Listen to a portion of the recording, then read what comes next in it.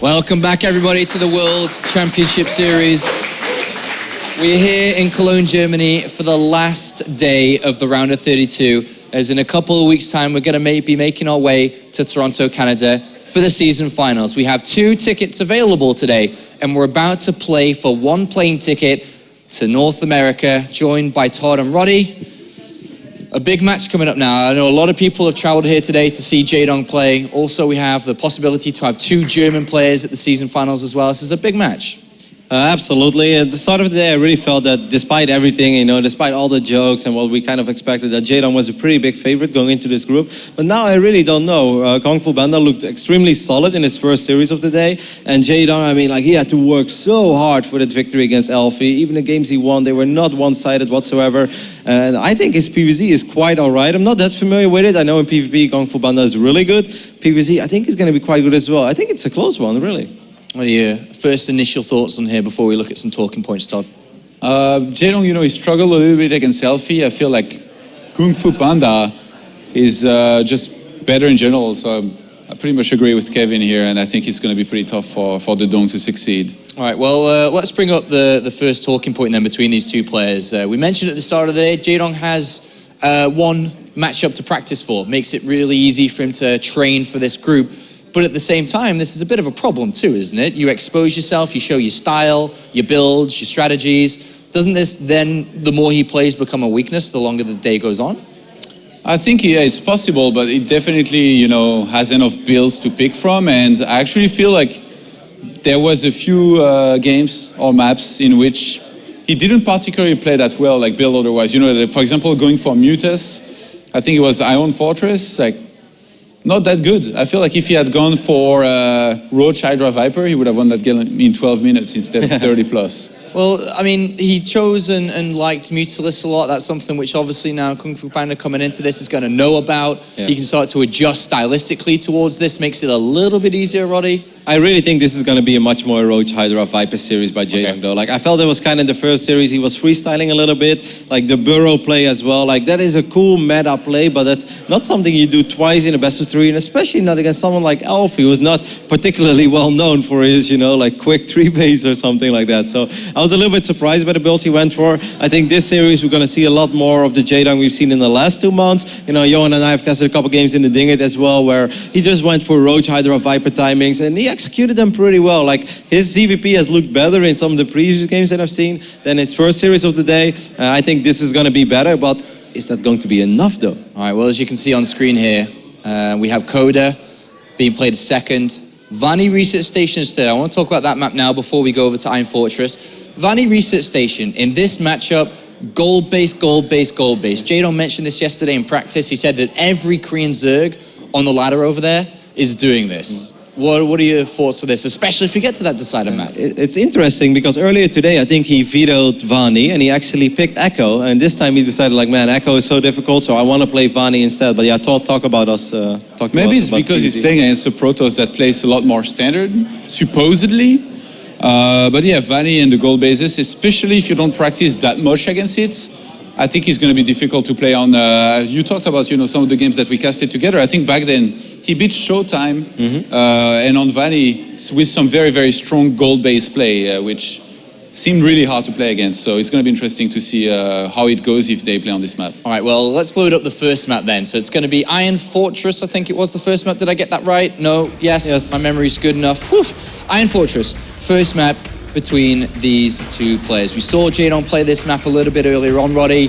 How do you think GunGFuBanDa is going to come into this and adjust differently towards Jaedong compared to what Elfie did, or don't you think that's the case? It's a little bit tricky, because if I was GunGFuBanDa and I was watching that series and you had the full vision like we have as observers, you'd probably look at it as man, if he does that build against me, I'm just going to go 3-4 gate pressure with some Stalkers. He doesn't have Zergling speed, but that is a very hard call to make, because if you do warp in 4 Stalkers or 5 Stalkers and suddenly speed finishes up and you're forced to recall out, or you even end up losing those Stalkers, then you're in a little bit of a disastrous position. It's tricky. What Jaedong did does mess a little bit with maybe the mindset that GunGFuBanDa had all along. I'm not sure how I would approach it if I was him. What would you do, Todd? I think in the first game in all of my games actually, I tried to play solid. Just play with Blink Stalkers, take a third base, scout with hallucination, and then from there kind of see what he's doing, because Jaedong, I feel like, even though his execution is good and he's good at adjusting, if you can really read what he's doing and you play a straight-up game against him and you play it well, I do think that you can win. All right, well, Are you worried about, sorry, Sean, well, if you would just play very standard and straight up, your robo is pretty late with builds like that. How would you deal with the burrowed circling? I think if you scout early on with hallucination very quickly, if you think there's a chance he will do that, you can pick up on the fact that speed didn't start and yet he mined 100 gas, and then you can realize that it's burrow, and then you will send your probe earlier to the third base and plan down a pylon and cannon earlier. Okay, cool. All right, well, GunGFuBanDa, fantastic start, debut within the World Championship Series, 2 wins, of course, in Challenger, and now here today. He looked confident, he looked happy, he was thriving with the support in the crowd, and he just didn't really and wasn't making mistakes in that series. I'm expecting him to continue on in this one as well. Yeah, I do think he's going to play a little wilder in this series as well. I've got a weird feeling that we are going to see at least in one of the 3 games.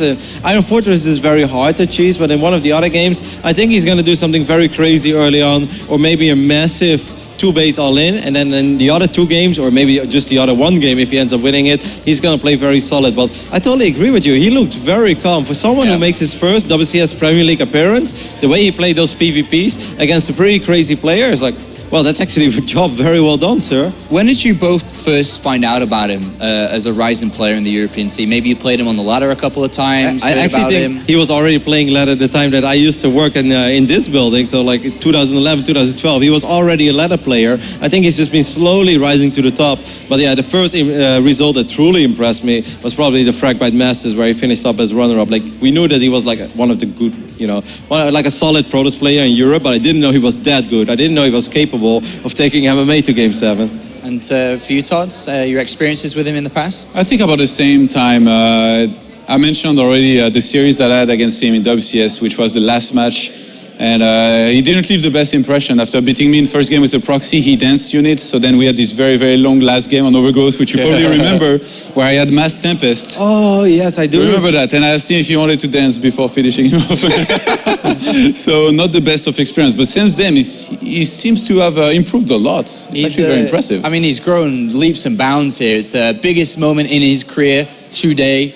I mean, he's got 2 top 4 finishes in EPS. That finals, I think, was a fantastic moment in Fragbite Masters, but for him to beat Jaedong on this stage, to play in Canada in the season finals, that's a moment which every single player that, the reason why they compete in the World Championship Series is for a moment like this. Yeah, for every player, it's truly beautiful to finish top 16 WCS Premier League and even making it to Canada. That's absolutely amazing. But if you do it on this stage against a player like Jaedong, it doesn't even matter in what shape Jaedong may be. You will always have that result behind your name. Like, I won WCS Group H over here. Final series, won my group, top Jaedong. Like, that is something that you can be very proud of. And you can be part of the I Beat Jaedong Club, which very few people are part of.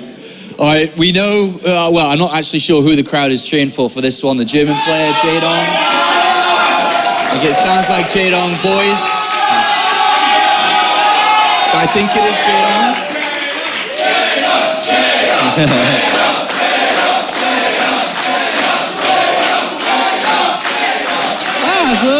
It's a little bit of both. We've had Jaedong chants, we've had GunGFuBanDa chants. All right, before we go to the game, I need your prediction, expert analysis. Which way do you think this is more than likely to go towards? Roddy? Todd first. Roddy? No, you first. Roddy? Damn it.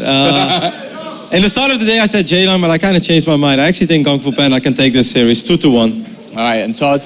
I think, even though I think he's going to be close, I think I'm going to go to Dong's way. I want to put you on the spot, actually. This button here that you close all the way to the top kind of bothers me. So I want you to make a prediction. And if you're wrong, you're going to have to open one of these buttons. Okay, let me think. Who would I go for? Now you really need to think hard. I know, I don't get to make these calls anymore since I've picked up the hosting mic. I mean, I guess Red Eye used to do it, so I might as well. I will go with Jaedong. All right, casters are ready for the game. It's time to head over. It's going to be Kalaris and some expert analysis with Pig as well. We've got to live up to some big words there. Expert analysis. I'm hoping for you, Pig. I'm hoping for you. I'll talk some words. There'll be some StarCraft on the screen. We'll have fun either way. Okay, good stuff. All right, so here we go. It's the winners match with GunGFuBanDa going up against Jaedong. And now a lot of people obviously look at this and expecting Jaedong to do well. I mean, looking at this group, people are expecting Jaedong to do well despite the volatility and all of these Protoss being as crazy as they are. Is he able to do it here against GunGFuBanDa? I think it's going to be a tough match. I think definitely he's the favorite going into it. He's got so much experience, you know, no matter where he gets in a hard spot, he plays it pretty well once he's up against that wall. Yeah.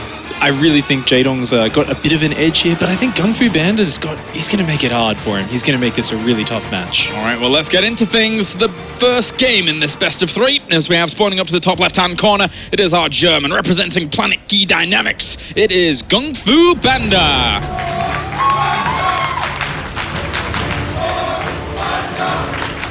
Serious face. Wants to win this one. That's the face of a killer right there. Face of a killer. Speaking of another killer, towards the bottom left-hand corner, it is our blue Zerg. He is the tyrant representing evil geniuses. It's Jaedong. Oh, you see that little glance over towards GunGFuBanDa? Did you see that? Gotta kill this nerd. You know, I was a little bit worried for Jaedong before the match started. The camera was on him, his bottom lip was out a little bit, but he's assumed the Jaedong face there, you know, no emotion slipping out. He looks focused, he looks like he's in the zone. All right, so let's see if we can stay in it. GunGFuBanDa had a interesting, of course, we haven't seen much of his PVZ lately, but he had an interesting series against Lambo in the grand finals of the ESL Meisterschaft a few weeks ago, where unfortunately for him, he did lose out in that series. It was quite the close series, but a lot of what we saw from people like Lambo was the kind of mid-game focus and just being able to eventually run over like someone like GunGFuBanDa. So is Jaedong able to kind of do similar things like that? Of course, we already saw how he played out his first series, which was, you know, pretty successful despite all the craziness that was going on. Absolutely. I think Jaedong is going to be potentially shifting more towards that Roach Hydra style in this game, as he has showed some muta play, and it's showed itself to be a little bit temperamental, even when he was surprising Elfie, kind of denying the scouting of that Spire to the last second. And here we go. This is what I love to see, that drone heading out to that third base. It's good to see that Jaedong's willing to take some risks. He's not just going to play ultra conservative. He's going to go for that 3 hatchery before pool build. Helps a lot that he was able to spot up this Nexus all to up to the top left-hand corner, as he sent his Overlord in the right direction to start off. So quite fortunate here for Jaedong to start things out, wouldn't you say? Absolutely. You know, you get that first scout. It's really, really fortuitous. You can see that Nexus first. You go, okay, I'm going to go as greedy as I want. And it is going to be interesting to see if he drops down a gas to get a Ling speed, maybe at an okay timing. But realistically, there's no pressure from either side. They're both doing the most efficient build they possibly can. And from here, they get to just skip that early phase. Both say who can race up the economy, who can be more efficient. And interestingly, we do see that fast gas from Jaedong. Now, I'm really curious. He seemed really obsessed with Burrow in that last series, and in the interview, you know, he did make out like, oh, it was something I just kind of did on the fly, but Jaedong's not one to give away any of his tricks, and I feel like he might be going for that Burrow before Zergling speed once more. It would be cool if he did. I mean, on a map like this, I mean, everyone knows it's difficult for a Protoss to take a third base, never mind taking a third base when it has been delayed slightly and your opponent could be conspiring against you to even just put on some pressure after that. Especially on this map, you know, those wide open areas between that natural and that third, it's even scarier than normal. But we do see a fast evolution chamber coming out of Jaedong. So what I'd be assuming he's going to be going for is probably a +1 melee build, something along those lines, get a bit more mobility. And I think this is actually one of the only maps in the pool which is super friendly towards Zergling play. Rotterdam was asking me about it. He was saying, you know, what do you think? I feel like Zergling plays great on this map. Yeah. And I've got to agree, we do see that fast +1 melee kicking in now. There's a probe hidden over to the right-hand side here for GunGFuBanDa, so could make use of that later on to maybe put on some pressure himself. But the +1 melee here for Jaedong, what is it designed for? What is the kind of things he's either looking out for in a defensive manner or looking out for it in an aggressive manner? How is it used? It's really going to just boost up the aggressive power of those Zerglings. dealing with fast pressures, because he's getting that before he even starts Zergling speed. I mean, by the time a Nexus First can do anything, any gateway pressure, that's going to be kicking in, and those Zerglings will be able to shut down pylons, even go toe-to-toe with Zealots, which normally they have a tough time against. All right, well, 4 gateways have been thrown down here for GunGFuBanDa, and this probe is on the move. He's on the hunt. So 5 gateways, 6 gateways. Oh my god, GunGFuBanDa. This is a lot of aggression he's going to be putting on here, but with the +1 melee started as quickly as it is, surely he has a bit of an easier time against this at least. Absolutely, and look, he's even taking this tricky gas down on the bottom side of his natural. It's kind of a fake gas. He doesn't really need it at all. He's just showing it, but unfortunately for him, Jaedong hasn't actually seen it. His Stalker chased it away. Jaedong, though, has no idea this is coming just yet. There's no Roach Warren in sight. And if there's enough Zealots up, even +1 melee Zerglings are going to have a tough time. This is the first time Jaedong sees this pressure coming, but does he realize what's behind it? Yeah, he's throwing down Sport Crawlers, so right now he doesn't really have much of a clue. Investing into those is going to be pretty much for nothing at the moment, unless, for example, the Mothership Core flies too close to them, but that's not really going to happen. For now, there are pylons on this right-hand side. He does spot one of them as well, though, so a lot of Lings are going to kick into a production here. And a very nice surround, luckily managing to pick off some of these units while they're in low numbers. This is what Jaedong needs to do. He needs to keep surrounding these numbers while they're in small groups and go from there. Now he realizes there's pylons coming in, there's more units warping in, seeing these Zealots and Stalkers grouping up at the back. Jaedong is in panic mode now, just massing Zerglings, but he doesn't have a Roach Warren. He can't let the numbers get out of control. He needs to fight this while the army is small, or those Zerglings aren't going to get the surface area. It's so funny that the Mothership Core is actually taking quite a bit of damage to that Sport Crawl after I mentioned it before, but this is 6 gateways worth of production. This is very, very powerful. He's going to actually get this pylon at the back here by the looks of things. If he's not careful, he's actually just going straight for the wraparound on this army with the Time Warp there. The Mothership Core has fallen, so he can't really get out of here at any time, and didn't have any energy for the recall anyway because he'd used that Time Warp, and he's been able to bottle up the Zerglings down towards the bottom quite well. Oh, the Zerglings running to that choke. Beautiful Zealot warp-ins from GunGfu, and he's just caught Jaedong by surprise here. A little bit of a risky build, skipping this Roach Warren, and we can see it's backfiring here. Jaedong just trickling out Zerglings, but how's he ever going to get enough to overwhelm this? You know, picking off a few Zealots at the back, though, Jaedong finding the pickoffs where he can get them. Yeah, more Zerglings are on the way from all of these bases. It's somehow, some way, he's got to try and amass. But as he's amassing, I mean, there's just going to be so many Zealots in. Is it much easier to shut this down with a Roach Warren is what I'm trying to say. Roaches are exactly what you need against this sort of build. These Zerglings are doing okay because of that upgrade, and they're actually getting a bit of surface area here, but once again, the Zealots on the backside just choke up this area. There's limited surface area. The Queens are kind of at the back, and look at this. Unit numbers are just going down and down, and Jaedong is just slowly getting whittled down, and his Protoss ball is growing in size at every moment. Yeah, good positioning from the Stalkers as well to allow the warping in Zealots to get through, despite it being a small choke point. So they were able to tank up the Zerglings quite well at the front. It's only the Queens that really stand in the way of them. Good transfuse there to keep them alive. More Zerglings will end up filtering on through, but still the firepower is in favor here of GunGFuBanDa, who is gonna actually continue on through all of this, and there's not much energy left for transfuses. These Queens will fall pretty quickly now. Running away. This is that desperate moment as a Zerg where you go, oh, if I just had a bit more time, you know, I could have got that lair. Maybe I could have thrown down a Roach Warren. Feel like you've been a little bit cheated at this point as Jaedong, and you're pulling back. You're trying to find a way you can hold this, pulling the drones, but this is a desperate move at this point. GunGFuBanDa looking for a quick 1-0 here to start off this series. He's getting on top of the drones. The Queen's trying desperately to hold on, buying time for some of these more Zerglings, but it's not going to do it. GG. GunGFuBanDa, our German, takes the first game. Whoa, look at how happy he is with that. I mean, of course you're going to be when you take the first game in the best of 3 off the Tyrant. He has just such a determined look on his face. I like that. A little bit of satisfaction, but immediately back to his game face. He's just going, I'm ready for this, you know? And the confidence with that build is what really strikes me the most. That was just, you know, I'm going to go for this build. He knew exactly where to place his pylons. Jaedong didn't get wind of it early enough, and Jaedong never really got a chance to get an Overlord in on the far side of the base to come in and scout for anything else. So just a really good choice. On that map, you can't really check exactly what the Protoss is up to. Beautiful time to go for that build. Well, our second map is going to be Code here, Pig, to really decide this and keep this going. And the thing is that with GunGFuBanDa having these kind of builds available to him, Jaedong surely can't really take any risks now. Surely he has to open up in a standard way can be on lockdown and make sure that these kinds of things aren't going to occur again. Absolutely. You know, I was impressed at the start of that game seeing the 3 hatch before pool, even if it's a reaction to the Nexus first, trying to get that economy up. But maybe adding the melee upgrade on top of that, maybe it was just pushing a little bit too hard, a little bit too fast. I feel like if Jaedong can maybe be a bit more comfortable in that sort of mid-game phase, he should be able to contest with a player like GunGFu. Yeah. I mean, GunGFu's a fantastic player, but I think what's always made me so impressed with this player is that he's confident, almost cocky to a point where he's not afraid to throw out these builds. And I think Jaedong needs to get into a position where he can exercise those experienced Zerg muscles of his. All right, well, we're getting onto it. Coda will be the map. GunGFuBanDa at the moment in this best of 3 leads 1-0. He is 1 game away, not only from going to Toronto to the round of 16, but banging himself a lot more prize money and a lot more WCS points. As we have spawning down to the bottom right-hand corner, it is that man himself. In the red, representing Germany and Planet Key Dynamics, it is GunGFuBanDa.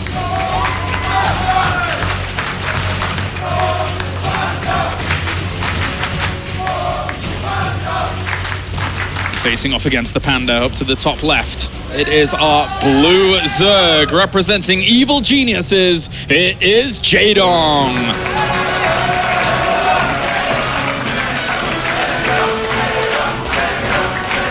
If there was ever a map to regain your confidence, to go into a very safe, solid sort of playstyle, Coda is the map for that. This is a map that doesn't really give any special advantages to GunGFu. Jaedong should feel confident here, getting into that more mid-game focused stage. GunGFu, on the other hand, though, he is a player who he used to, at least last year when I practiced with him quite a bit, favor quite a few different odd gateway timings. So he's got a lot of tricks up his sleeve, and especially some of those strange sentry sort of pressures we saw Elfie do in the previous game really caught Jaedong off guard. So I'd like to see Jaedong just get on top of that scouting, play very, very solidly, and we do see him going for that hatch first. I mean, GunGFuBanDa here with a game in hand, does he throw caution to the wind and just say, well, I'll try something like that again, and if I get a 2-0, it's Jaedong, I'm in the round of 16. Why not? Why not? I could. I think it's a great, it's not a bad move at all, but it comes down to, does he have the right build for the map, for the situation? You don't want to do something in the same vein as what you've just done. Jaedong's going to be looking out for that. Yeah. But there's definitely an opportunity to hide some DT tech to do a fast Blinkstalker timing. There's lots of different builds that Protoss has at their availability that can just kill a Zerg player, and it's usually the strongest Protoss players, those PvZ masterminds, that are the best at doing that.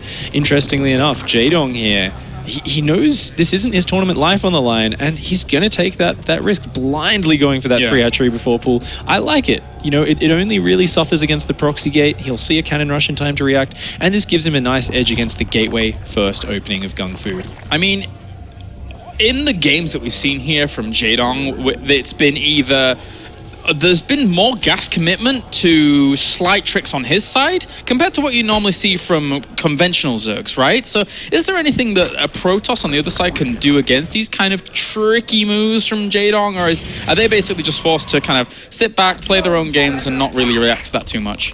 I think what we've seen so far is that sometimes these tricks haven't worked out because these Protoss players have been willing to take risks. They're not predictable at all. We saw in the very first series, Elfie sometimes seeing a gas opening and going, I don't care, I'm going to do a gateway pressure. There's no Zergling speed. Suddenly Jaedong's caught on the back foot. Likewise, in that last game, it was like, I think I can squeeze out this melee upgrade. GunGFu didn't know about it, but he happened to commit to a build that countered it. So whenever you take these little risks as Jaedong, you've got to not let it affect your mindset when they don't work out. I like that idea of mixing in a few risks here and there. Maybe this is the way he likes to play it, and you're not going to lose every single gamble. No one has that much poor luck. So I feel like Jaedong, if he's taking just a few small risks, he's already been punished a few times today. I think his luck should be about to turn. I like that. I like what you're saying about not affecting his mindset. I mean, of course it's Jaedong, and nothing probably really affects his mindset unless you're SOS from 2013. But aside from that, it's something that, could throw other players off, definitely, with these small things. But for now, Jaedong is the beast. He is the tyrant. He'll try and hunker on down. He's getting himself 2 gases off of this. He sees 2 gateways at the front. Now, he's got to be a little bit wary as to if there's any more gateways going on in the mid. And that's usually what this Overlord is for, but this is really interesting, actually, because there's still only 1 gas for GunGFu, and it looks like he wants to do the same build as the previous game, potentially, because realistically, what else can he do without that gas? And we see this probe has snuck right through Jaedong's lines over here on the left-hand side of the map, coming right up through the middle. Some beautiful probe positioning here, and he's going to set up that pylon, and he's going to be dropping a flower of Actually, not gateways. A He's dropping flower of Stargate. Stargate. a flower of single Stargate, that's right. This is actually your 3-gate Zealot pressure with the Oracle follow-up, so the build starts to make sense to me now. I was going to say, that's the saddest flower I've ever seen, man. It's got no petals, it's just that small little bit in the middle that I don't know the name of. It's a stem. He's got the stem of the Stargate there, and it's still a very strong build, and what you'll notice with this is that this is not an all-in by any means. By skipping that gas, he's had a lot more minerals to both chrono boost out probes while affording these gateways, so this is a nice build from GunGFu.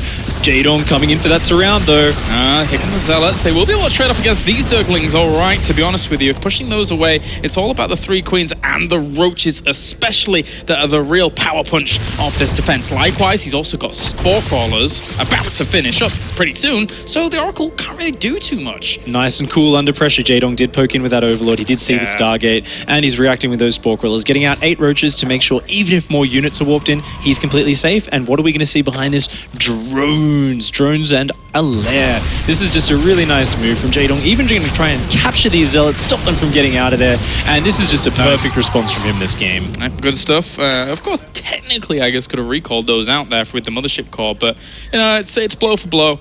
Hydralisk then comes in pretty quickly here for Jaedong. He knows exactly what is going on. There's the Void Ray in production as well, which is probably going to be used here to commit towards a 3rd base and try and hold it. But if he had a ton of Roaches, could Jaedong do something with... Hydralisk, could he do something with this? He definitely could. I mean, we're probably going to be seeing a 3rd base out of GunGFu very soon. He's got that Forge down. He's looking like he wants to play the later game. And a fast Hydra Link timing could be fantastic. You know, the Protoss has committed to some large aggression here. They haven't got a lot done with it. They've delayed their tech. I mean, let's take a look at that sentry count. There's 2 sentries right now. He's got 3, 4, 5 force fields between them. He's not going to be able to hold a frontal attack, and that's why he has this Void Ray. He's saying, well, I can hold off Roach Ling with that air superiority. Suddenly, when Hydralisks arrive, though, he could be in a lot of trouble. And Jaden's going to be looking for that timing of that 3rd base. He has an Overlord down there, is a little bit weak, doesn't know about the Hydralisk. Then the Overlord starts moving towards that 3rd base location while the Oracle flies in. And this is a big deal, because if he springs into action with a lot of units, you know, I think there's definitely the room to punish here, surely. Absolutely. You know, GunGFu's got to be kind of thinking, how can I get myself out of this situation? You know, I'm going to just go down my standard route, but this Oracle hasn't killed a single unit. It's low on life. Okay, I can see a Hydra Den, I can see some good drones, but he's got to feel that he's a little bit behind at this point, and he has got to find a way to push forward. It looks like he's opting for sentries and blink. It's that solid Protoss defensive style, but playing from a bit behind, you are a little bit vulnerable. So the next big choice, I think, comes from Jaedong. Is he going to commit to that timing or not? Void Ray finds this Overlord, which obviously has already found that 3rd base. So, yeah, you're right with the blink and the sentries, etc. He's going to try and whack Jaedong with that baguette, and those Hydralisks, well, hopefully that's some bread. Oh, even there's a pylon actually over for the 4th base here. So he could actually warp in something and try and deny that soon, could GunGFuBanDa. Yeah, it's a nice little location. You could even wait till that hatchery is almost finished. Yeah. Really wait till the Zerg thinks, okay, my 4th is about to be up. That's a big long-term investment. And suddenly it's gone to a couple of Zealots. In the meantime, though, we don't see Jaedong putting down that infestation pit. It doesn't look like he wants to go for Hive here. It looks like he wants to commit to this timing, and it's going to be a huge Roach Hydra timing. He's going to be coming with a total of about 18 Hydralisks, rallying in even more Roaches behind it, and we can see he's already clearing out the rocks for it. The hallucinated Phoenix Scouts are getting shut down by these Spore Crawlers, so GunGFu, he's having a tough time figuring out exactly what Jaedong's plan is. 2 Zealots warped in up to the top right to eventually deny that once it ends up getting going. And he's actually just going to walk in before it even finishes. So there is the potential here that Jaedong can cancel that and keep that alive. Yes, But let's finish anyway. You know, I don't think Jaedong minds too much about losing that. He knows he needs to use his army right now. GunGFu wants more than anything for Jaedong to turn his whole army around, but Jaedong's just splitting off a few units up there. He's going to accept that loss, but he needs to hit now because look at that supply lead. There's so many Roaches and Hydras, and this DT Shrine, this tech's about to come in. Maybe if GunGFu can get some DTs, he can buy enough time to defend here. Yeah, he also doesn't have an Overseer at all, so if he warps some of those, then that would be very, very important. It actually revelates the entire army here, so yes, you can see it, but it's actually sieging up this location. There's going to be a few cannons already actually going down at the front of this base, and DT is actually going to work on some of these units as well. As I said before, there was no Overseer. The Overseer morphing in now is way over the other side of the map. There's one right at the back as well, but it's nowhere near for this to continue on. What a beautiful move from GunGfu there. I was thinking, DT Shrine, are you mad investing in this when you're a little bit behind? But turns out he knew something we didn't.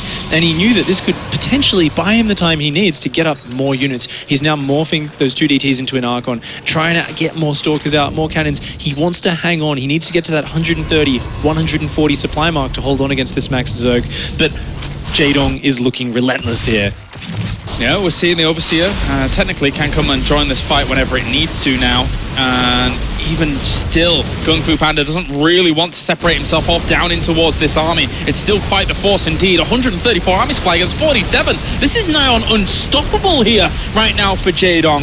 As he's looking to tie up the series, he's lost a few workers at the back of all of this, but how do you stop this army here? There's just too much Zerg here. I don't know if it can be done. There's just so many Roaches and Hydras coming. Jaedong being patient, still got units out in that open area between the 2 bases, and he's lured the Protoss down there for that Zerg sandwich. Tasty, tasty Protoss filling in there. Nom nom nom nom. There's actually not that really many sentries at all, so not many force fields, and they're all gonna fall down here at the 3rd base. As much as he tried to orchestrate a good defense, he had absolutely nothing really to be able to greet that.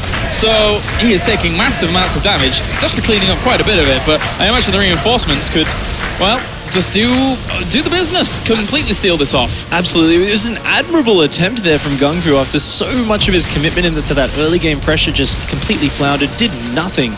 You know, he was quite far behind, and he almost hung on here, but as the second wave comes in, we see that it's spiraled out of control, and from here, GunGfu is going to have to accept defeat. There you go, GG. Jaedong is able to tie up the series here in this best of 3. And make sure that he keeps his hopes alive for that first place, all importantly in this group.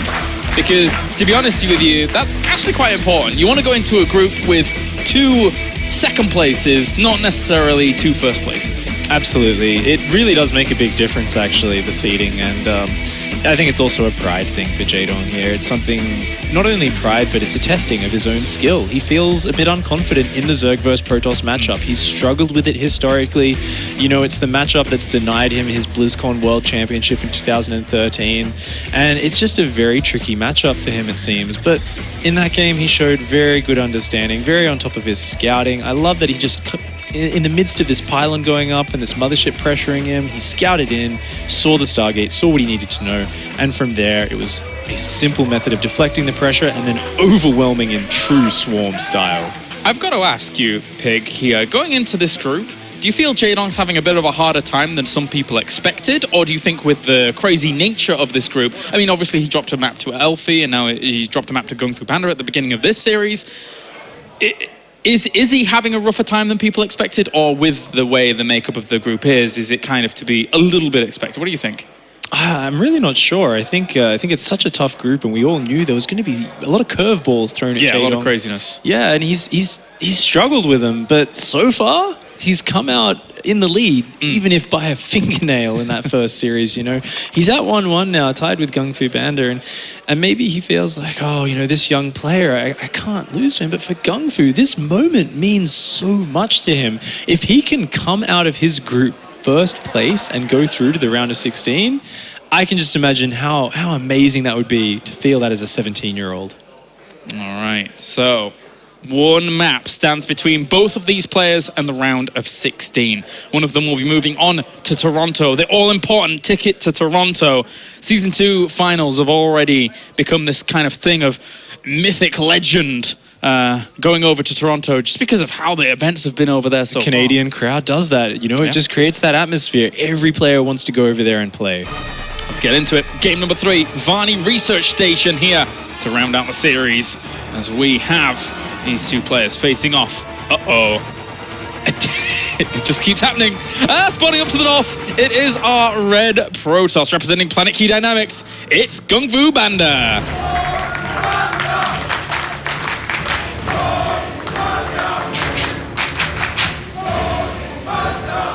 There it goes. Ominous. And down to the south, we have our blue Zerg representing evil geniuses. It is Jaedong.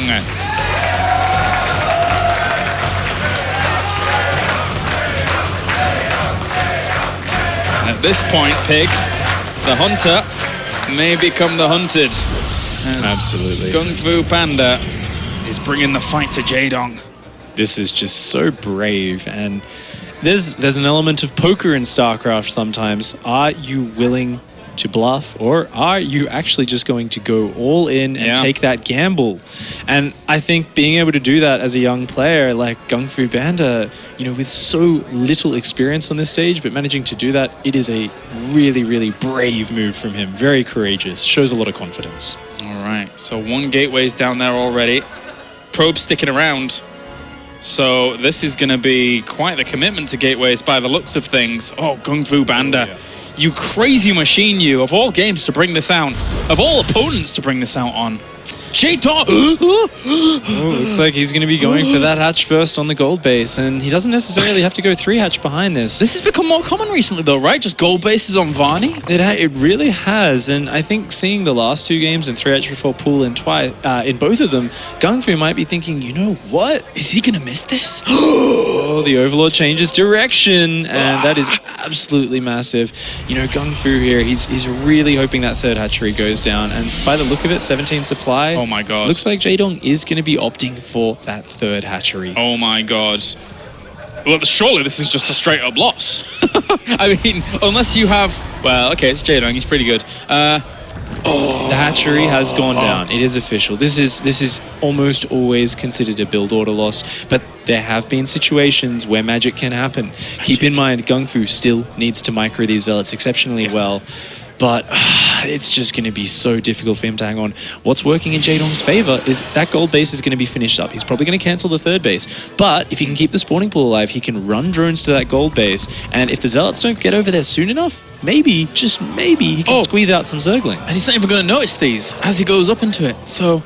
well, that's actually kind of in Jaedong's favor, that those drones will be mining gold minerals while this is all happening. Yeah. So Jaedong is now on a quest to buy time for this spawning pool finish. He needs to keep his units alive. He's cancelling his gas. He's cancelled his 3rd hatchery. He knows exactly what's happening. He has a sinking feeling in his stomach, but he is Jaedong. He's been up against the wall before, and he's worked his way out of these situations with micro. Right now, more than ever, he needs to have that sort of reaction. GunGFu doesn't seem to realize the gold base is up there. Hasn't sent a zealot up there yet, but he's just chasing these drones in circles. He needs to kill that spawning pool, or he needs to go and stop all of the mining. Right now, Jaedong is earning some minerals, and we see it right now. Oh, 3 spine crawlers at that gold base. Now he realizes exactly what is going on. He needs to get over there fast. But at the same time, 6 zerglings in production. I don't know if they'll be able to buy enough time here against 4 zealots worth. The zerglings are leaving as well. They're trying to run across the map.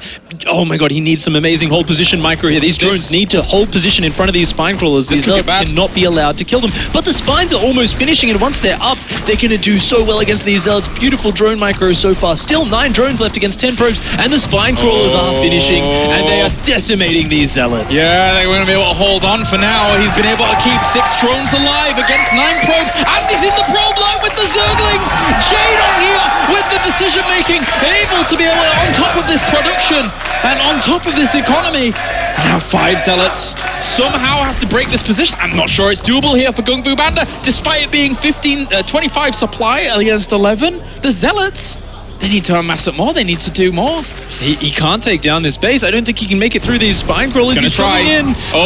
Micro's one out of the way there. Now the drones come off the line again. Have to fight on against this. But the spine crawlers are going to be enough to clean this up here. More zealots are coming in from the back here. But he's held on. He's held on as Jaedong against a triple hatch opener. Oh my gosh, this is incredible. These zealots, they need to stop going in against these spines. He needs to go and kill the spawning pool, but he's trying to go for broke, but I don't think he can overwhelm it. The spine crawler micro. Oh my god. The only player that pulls back his individually hurt spine crawler is Jaedong, just showing us how it's done. So still this Ling disrupting the income up towards the top as well, so it's not exactly the easiest of things for him to produce 2 zealots at any time. Now another few zerglings have coupled up here with this to continue harassing here GunGFuBanDa, and it's 15 supply against 15 supply in a situation where he macro back 2 spine crawlers and was able to kill off all of the zealots, and now he's killing off every single probe. Jaedong here is making a brilliant hold, a brilliant recovery, as all of these probes are gonna fall down, and surely at this point GunGFuBanDa can feel it in his body. GunGFuBanDa is having the hardest of times. He's gonna stick it out by the looks of things, but it is all but done, Pig. Absolutely, those drones are mining gold minerals, and there is a never-ending stream of Zerg that's coming across this map. These probes desperately trying to do something. Look at that smile, GG! He takes the series, ladies and gentlemen. Jaedong advances on to Toronto after a insane hold there against that 2 proxy. GunGFuBanDa, he knows when he's been bested. And hats off to him for trying such a build in such an important situation. But Jaedong he's looked into the face of death twice in this series, and both times he's somehow tricked himself out of death. He's got out of that situation. He's punched his way out of his grave. Unbelievable stuff. Unbelievable. What a play out of Jaedong there to be able to hold on against that. That means now GunGFuBanDa will be playing against Elfie in the final series. So Elfie got his wish. That's who he wanted to play. And we are in for another crazy PvP. Oh, I think GunGFu is handling it well. Look at that face. You know, he still seems kind of happy. He said, "Hey, I went. I took the risk." I think that's fantastic, and I think we're going to see an amazing extra series after this. But right now, Jaedong must be just brimming with excitement at that hold. I can only imagine. Obviously, GunGFuBanDa is one of the rising stars here in Europe, and you know we saw 3 very different games from him going up against what we're seeing from Jaedong there. But obviously, Jaedong. Brilliant stuff, really cool stuff. I can only imagine in a pro gamer Zerg's shoes there, you are sweating a little bit when that kind of thing hits. More than sweating. You know, I have a highlight video of one time on ladder holding a 3-hatch before pool, and it's on my YouTube, and I'm so proud of it. And it's this unimportant, useless situation. To win that on this stage, to go out of your group, Jaedong.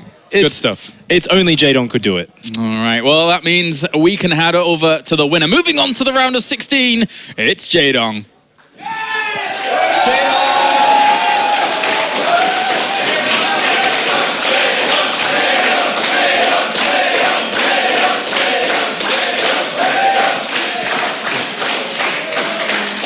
JD, 2 times today, it's been so close, but you've come out the winner. Were you nervous every time? What did you think this time? I mean, game number 3, 3 hatchery, double gateway outside your base, the Zealots walk in. Did you say, "Oh, it's no problem, I'm Jaedong"? What did you think? There it is. I don't know. It happened only for me. Only for you, just because it's you? I don't know. Always close game. I think I'm always close to game. Did you, with the gold base, you took the gold base. As soon as the Zealots came in, you knew exactly what you wanted to do. Drones to the gold, 3 spine crawlers. Have you practiced? Have you defended this type before? No, it's first time. First time try?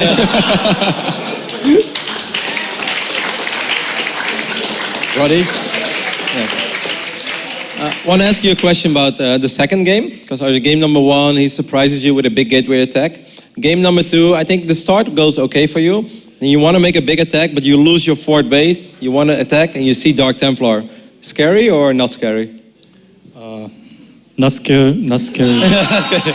Just didn't lost drone, and if he made DT, then no army. I know, so just attack.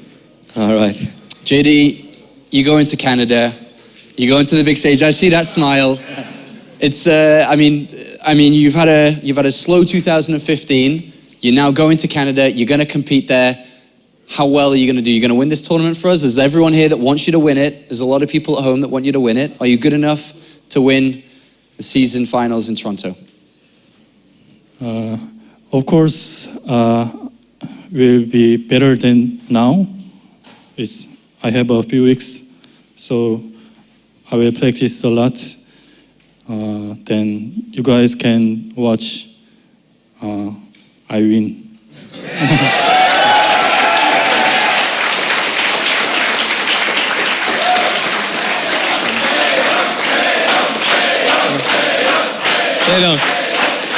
One more question. I think it's very unique when a Korean StarCraft player travels overseas and plays in a foreign country, in this case Germany. You go up against a German player and the crowd is still chanting your name over and over again.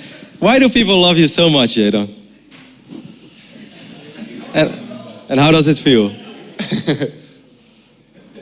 I don't know. Too sexy. Yeah?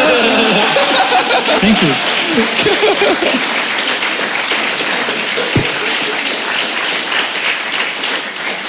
And no doubt in Canada it's going to be the same. There's going to be a lot of people chanting Jaedong over and over and over. A few words to your fans here and the Canadians that are going to come watch you play in Toronto too. What do you have to say to them?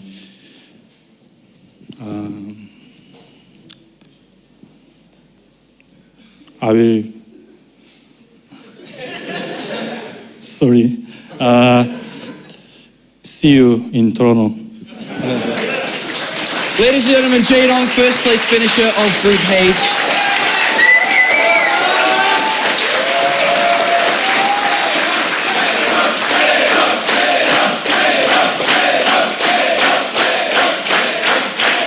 Every single time, Roddy, every single time Jaedong plays, it's always the same. Let's bring up the brackets now as we have one final game left to go this evening before we finish with the round of 32. And remember, we will be doing, Jaedong, you need to know this as well, we're going to be doing the groups for Toronto tonight. As soon as we finish with the last match, we will draw who plays who in Toronto. Our next match is going to be GunGFuBanDa as he attempts a second chance at going to Toronto. Or can the Finnish Protoss stop him in his tracks? We'll be right back here at the World Championship Series.